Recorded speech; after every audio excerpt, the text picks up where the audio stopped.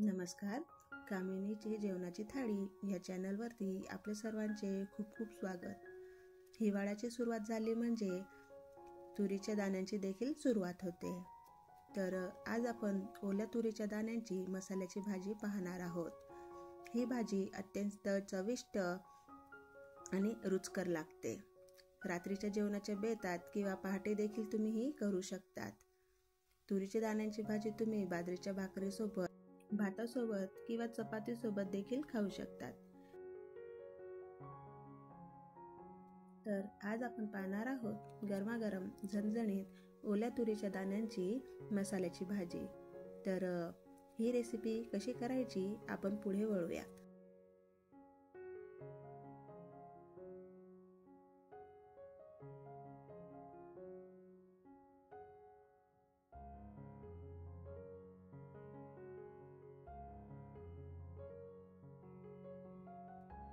या ठिकाणी मी 1 कपला थोडे कमी तुरीचे दाणे घेतले आहे. तुम्ही तुमच्या आवडीनुसार घेऊ शकतात. या दाण्यांना चटका लागेल तोवर आपल्याला भाजून घ्यायचे आहे.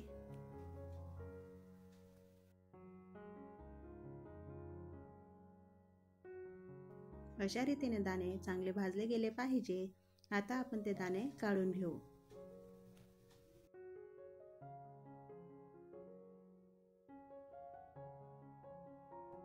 सारख्याच तव्यावर 2 मोठे चिरलेले कांदे आपण खरपूस भाजून घेऊ.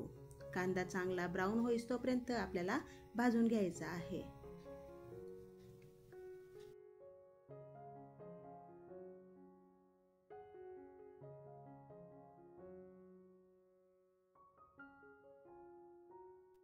एक चमचा तेल टाकून कांदा व्यवस्थित भाजून घ्या. लक्षात ठेवा, कांदा जितका व्यवस्थित भाजला जाईल तेवढाच भाजीला कलर सुरेख येतो. या ठिकाणी कांदा देखील भाजला गेला आहे. तो आता काढून घेऊयात.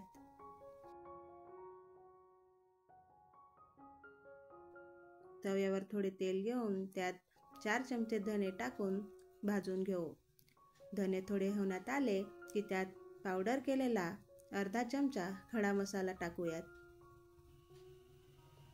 हा खडा मसाला अर्धा ते 1 मिनिट भाजून घ्या आणि लगेचच काढून घेऊ.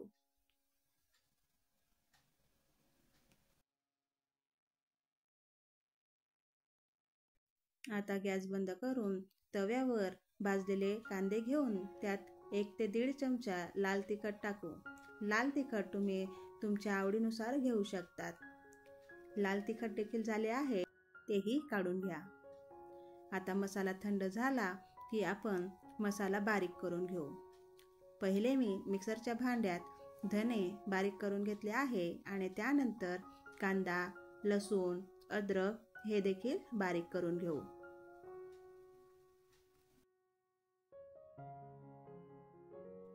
या ठिकाणी भांड्यात थोडे पाणी टाकून मिश्रण अगदी बारीक वाटून घ्या. मिश्रण जेवढे बारीक राहील तेवढी आपली भाजी घट्ट बनते. या ठिकाणी कढईत 3 मोठे चमचे तेल घेऊन त्यात मसाला तळून घेऊयात.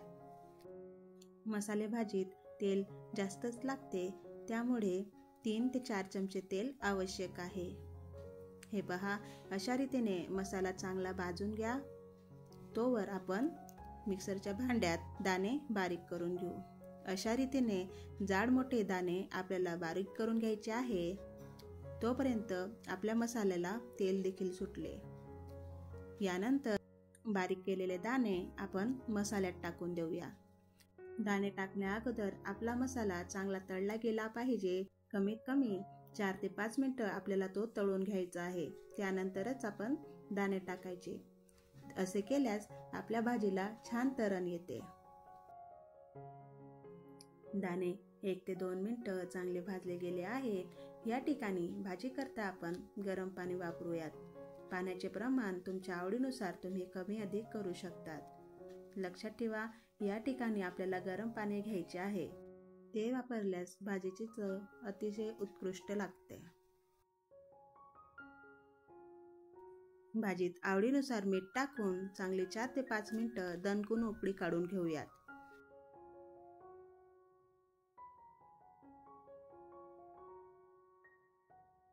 या ठिकाणी भाजी शिजत 5 ते 7 मिनिटं होण्यात आली आहे आणि दाणे देखील चांगले शिजले आहे.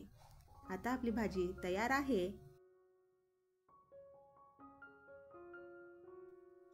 गॅस बंद करून त्यात कोथिंबीर भुरभुरवा.